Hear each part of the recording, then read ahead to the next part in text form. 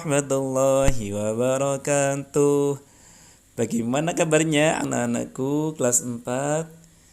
Bersama Ustadz Yakin kita akan belajar PAI, yaitu tentang iman kepada Rasul Allah. Rasul atau Nabi yang wajib diketahui dalam Al-Quran ada 25. Anak-anakku, simak dulu ya berikut video 25 Nabi. As-salatu ala nabi wassalamu ala rasul wal anbiya'il mursalin kulluhum mukramun. Salawat ke atas nabi, sejahtera ke atas rasul, nabi-nabi yang diutuskan, mereka semua adalah mulia. Adam, Idris, Nuh, Hud, Saleh, Ibrahim, Lut, Ismail, Ishak, Yakub, Yusuf, Ayub, Syu'aib, Musa, Harun, Zulkifli, Daud, Sulaiman, Ilyas, Ilyasa, Yunus, Zakaria, Yahya, Isa, wal akhirul khatimul anbiya, Muhammad al-Mustafa. Nah, anak-anakku sudah melihat videonya. Selanjutnya kita akan belajar apa itu Rasul.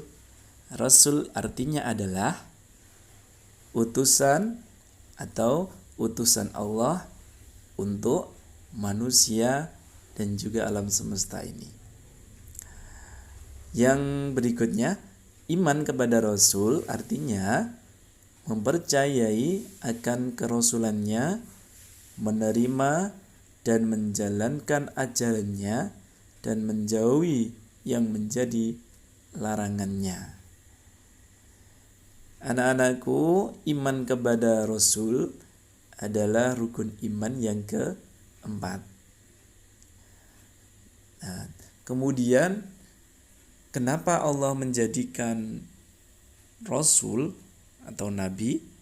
Tujuan Allah mengutus Rasul adalah untuk mengajak umatnya agar beribadah dan menyembah kepada Allah. Selain itu, Rasul juga diutus untuk membimbing ke jalan yang benar agar manusia dapat berakhlak yang baik, berakhlak yang mulia, tidak rusak akhlaknya, biar menjadi manusia yang mulia. Anak-anakku yang dirahmati Allah, berikutnya ada dikatakan Rasul Ulul Azmi. Nah, apa itu Rasul Ulul Azmi? Rasul Ulul Azmi adalah Rasul yang memiliki ketabahan yang luar biasa, keteguhan, kesabaran, dan pantang menyerah dalam berdakwah. Yang termasuk dari Rasul Ulul Azmi adalah, itu ada 5 anak-anakku. Yang pertama adalah Nabi Nuh. Yang kedua ada Nabi Ibrahim. Yang ketiga ada Nabi Musa. Yang keempat ada Nabi Isa. Yang kelima Nabi Muhammad sallallahu alaihi wasallam. Nah, itu tadi Rasul Ulul Azmi ada 5. Kemudian ada sifat wajib Rasul, ada sifat mustahil Rasul, dan ada sifat jaiz bagi Rasul. Kita bahas satu persatu ya. Yang pertama, sifat wajib Rasul adalah sifat yang pasti dimiliki oleh para Rasul. Di sifat-sifat ini Rasul itu pasti punya. Nah, nanti contohnya kita bahas setelahnya. Yang kedua ada sifat mustahil. Ada mustahil Rasul. Artinya apa? Yaitu sifat yang tidak mungkin dimiliki oleh para rasul.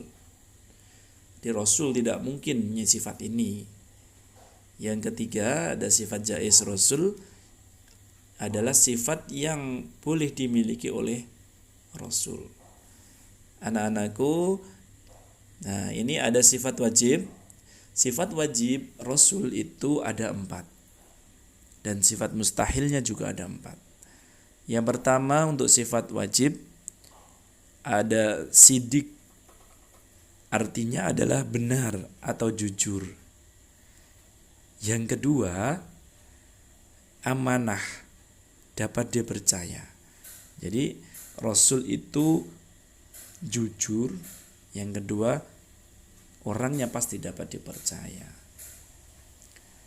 Yang ketiga, tabligh, menyampaikan. Ketika diberi wahyu oleh Allah, juga disampaikan kepada umatnya kalau rasul ya. Yang keempat adalah sifat fatonah, yaitu adalah artinya cerdas atau pintar.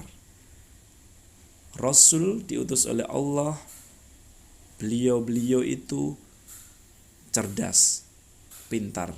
Karena apa?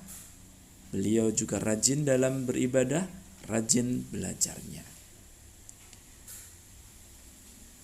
Selanjutnya adalah sifat mustahil, atau sifat tadi yang tidak mungkin dimiliki oleh para rasul. Yang pertama adalah kadzib, ada yang mengatakan kadzib, artinya adalah dusta atau bohong. Tidak mungkin nabi itu berbohong. Yang kedua ada khianat, artinya tidak dapat dipercaya. Seorang nabi pasti dipercaya, tidak mungkin mempunyai sifat khianat. Yang ketiga adalah sifat kitman, artinya menyembunyikan. Ketika rasul diberi wahyu, tidak mungkin disembunyikan, pasti disampaikan kepada umatnya. Yang keempat, yang terakhir adalah sifat baladah. Bisa berarti bodoh atau tidak bisa. Nabi semuanya bisa. Bidang ilmu, bidang ibadah, semuanya bisa. Nah, anak-anakku yang dirahmati Allah, kalau sifat jaiz itu tadi sifat yang boleh dimiliki oleh rasul. Contohnya sebagaimana makan, minum, tidur. Jadi Nabi juga manusia biasa, maksudnya seperti itu. Cuman diberi keistimewaan oleh Allah, makanya diberi sifat jaiz. Jadi Rasul juga makan, Rasul juga minum, juga istirahat, juga bekerja dan lain sebagainya. Alhamdulillahirabbil alamin, anak-anakku, demikian pembelajaran untuk hari ini. Semoga Allah memberi kepahaman kepada kita semuanya. Amin ya rabbal alamin. Anak-anakku, cukup sekian dari Ustadz Yakin. Apabila ada kekurangan, Ustadz mohon maaf yang sebesar-besarnya.